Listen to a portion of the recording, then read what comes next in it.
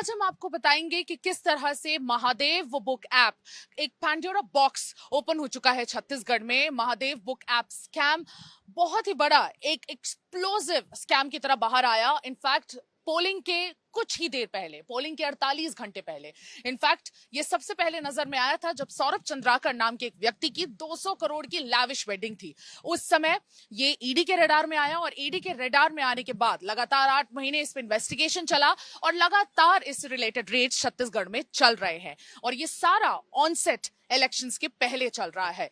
मैं आपको बता दूं, कल ही 24 घंटे में ही फर्स्ट फेज पोलिंग के हैं छत्तीसगढ़ में, लेकिन उससे पहले इतना पॉलिटिकल ड्रामा देखने को मिल रहा है और आज हम उसी पॉलिटिकल ड्रामा की बात करेंगे। नमस्कार, जय जौहार, मेरा नाम सुमी राजप्पन है। आप सभी का स्वागत है सीजी राउंड अप में। और मैं आपको आज बताऊंगी कि इंडिया टुडे की एसआईटी टीम मोहम्मद हुस्बिल्ला और सुमीम यानी कि हमने एक इन्वेस्टिगेशन किया और वो इन्वेस्टिगेशन था महादेव बुक स्कैम पर।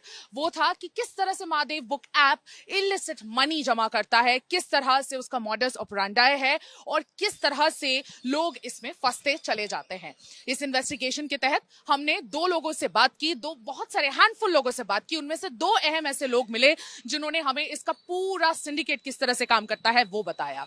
एक सटोरी ने हमें यह बताया कि कोविड के टाइम पर जब बहुत सारे यंग लड़कों की जॉब चली गई थी, उस समय ये एक ऐसा ऐप बाहर आया जिसमें लोगों को आकर्षित किया और लोगों को आकर्षित करने के बाद लोग उसमें जुड़ते चले गए और जितने ज्यादा यूथ उसमें जुड़ते चले गए उतने ज्यादा पैनल्स बनने लग गए। मैं आपको बता दूं, महादेव बुक एक ऐसा स्कैम है जिसके एक ऐसा ऐप है रादर जिसमें हर एक घर का लड़का कोविड के टाइम पर एंगेज हो चुका था।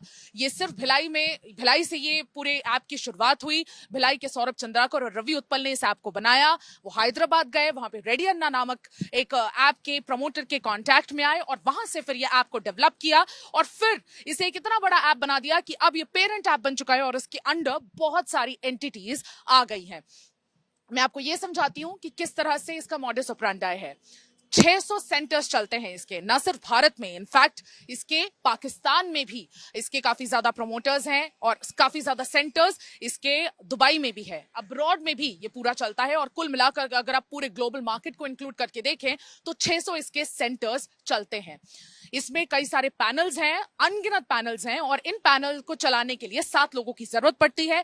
टेक्निकल लॉजिस्टिक्स की अगर हम बात करें तो कुछ couple of laptops, handful of mobile phones और कुछ बैंक अकाउंट्स लगते हैं। ये बैंक अकाउंट्स आखिर खुलते कैसे हैं?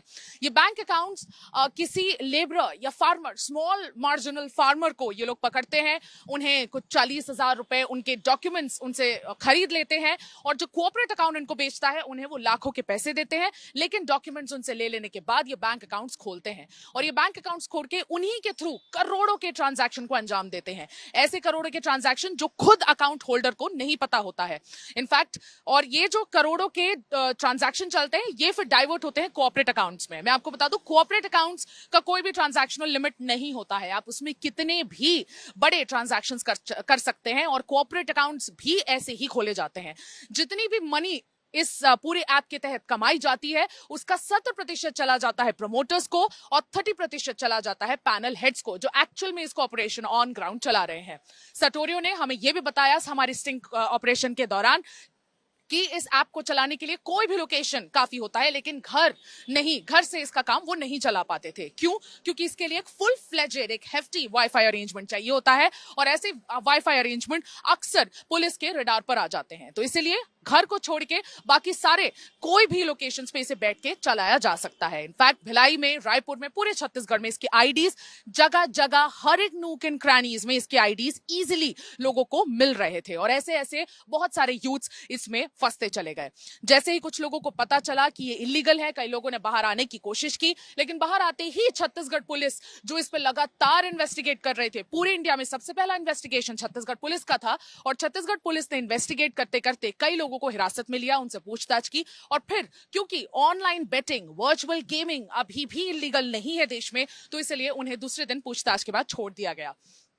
मैं आपको ये बता दूं, छत्तीसगढ़ पुलिस ने अपने इन्वेस्टिगेशन में कई सारे ऐसे इलिसिट सोर्सेस इनकम के बताए जो बहुत ही चौंका देने वाले थे और इनफैक्ट 100 रुपए लगा देने से, किस तरह से 100 रुपए लगाने पर भी लोग हजारों लाखों कमा लेते थे और कई लोग इसमें हार जाते थे। इसकी पूरी मशीनरी ऐसी बनाई गई थी कि सिर्फ 100 में से 30% लोग ही इसमें जीत पाते थे और सारा मनी इलीगली जो लगाया जाता था वो प्रमोटर्स के पास चला जाता था। तो इस तरह से ये पूरा स्कैम चला। जैसे ही 2 नवंबर को रेड पड़ी, उसके बाद से ये पूरा जो स्कैम है ये उभर कर आ गया। उसके बाद ईडी ने अपना स्टेटमेंट जारी किया और कल ही शुभम सोनी नाम के एक व्यक्ति का, जिसका मैंने जिक्र किया, उसका एक बहुत बड़ा सा एक्सप्लोसिव वीडियो बाहर आता है जो उसने खुद ईडी को भेजा। और इनफैक्ट दुबई में शुभम सोनी मौजूद है। शुभम सोनी ने उस वीडियो में यह बताया कि किस तरह से उसके इतने सारे पैनल के ऑपरेटर्स अरेस्ट हो गए थे और उसका काम हिंडर होने लग गया। तो वो एडमिनिस्ट्रेशन के टच में आया ताकि वो उसका काम स्मूथली चल सके, जितने भी लोग हिरासत में हैं वो छूट सके। और उस जैसे वो एडमिनिस्ट्रेशन के आदमियों के टच में आया, उसकी मुलाकात सीएम से भी हुई और सीएम ने अपेरेंटली अलेजिडली डिमांड किए उससे पैसे, प्रोटेक्शन मनी। और वो इस वीडियो में ये भी क्लेम करते हुए नजर आ रहा है कि उसने 508 करोड़ रुपए सीएम को पहुंचाया और उसके बावजूद उसका काम स्मूथ नहीं हुआ। इनफैक्ट उसके लोग तब भी हिरासत में ही थे और वो सीएम के साथ साथ उनके बेटे का नाम लेते हुए भी नजर आ रहा है। और उसने वीडियो की शुरुआत में ही ऐसे कुछ डॉक्यूमेंट्स दिखाए, एसेंशियल डॉक्यूमेंट्स, जो वो कह रहा है कि ये मेरा ऐप है, ना सौरभ चंद्राकर का है ना रवि उत्पल का है, ये मेरा है और वो दोनों ने मेरे अंडर ट्रेनिंग की है। ये वीडियो की ऑथेंटिसिटी हम अभी क्लेम नहीं करते हैं, लेकिन इस वीडियो के कंटेंट बहुत ज्यादा एक्सप्लोसिव है और उसमें वो ये भी कह रहा है कि हमने रिटन कंप्लेंट उसने ईडी को भेज रखी है।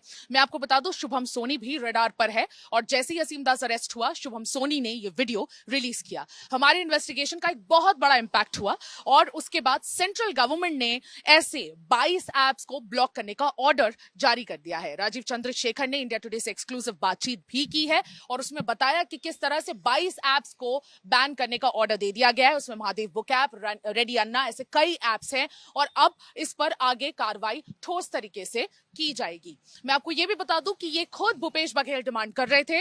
उन्होंने अपने डिफेंस में यही कहा कि जब सेंट्रल गवर्नमेंट को इतनी सारी कहानी पहले से पता थी, जब पता था कि Mahadev book app illicit money generate कर रहा है, तो क्यों नहीं सेंट्रल गवर्नमेंट ने ये कॉल पहले ही ले लिया कि इसे बैन कर दिया जाए। क्यों सेंट्रल गवर्नमेंट इतने दिन मुकबदर बना रहा और क्यों सेंट्रल गवर्नमेंट ने आज तक इस पे कोई रिएक्शन नहीं लिया और इस पे कोई कॉग्निजेंस नहीं लिया और कोई एक्शन भी नहीं किया। ये सवाल, अहम सवाल भूपेश बघेल ने भी उठाए और उन्होंने एक लंबे चौड़े मैसेज में ट्विटर पे ये भी कहा कि वो इस वीडियो को सपोर्ट नहीं करते, इसके सारे क्लेम्स को रिफ्यूट करते हैं। लेकिन क्योंकि इलेक्शन के दौर में हो रहा है, बीजेपी काफी आक्रामक है और बीजेपी लगातार भूपेश बघेल को घेर रही है। भूपेश बघेल भी रिटेलिएट कर रहे हैं और बीजेपी को घेरने की पूरी कोशिश कर रहे हैं। अब देखना ये खास होगा कि ये कितना ग्राउंड लेवल पर लोगों के सेंटिमेंट को इन्फ्लुएंस कर सकता है और कितना ये वोट्स में तब्दील हो सकता है।